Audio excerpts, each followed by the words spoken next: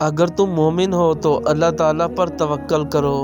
हज़रत अली अलैहिस्सलाम ने फरमाया, यकीन रखो जितनी गहरी दुआएं होती हैं उतनी ही सुनहरी तकदीरें होती हैं। अपने आप को अच्छा समझना ऐबदार होने की दलील और कम अक्ली की अलामत है। हज़रत अली फरमाते हैं, सबसे पहली इबादत यह है कि इंसान मुसीबत में सब्र करके अल्लाह ताला की तरफ से मदद का मुंतज़र रहे।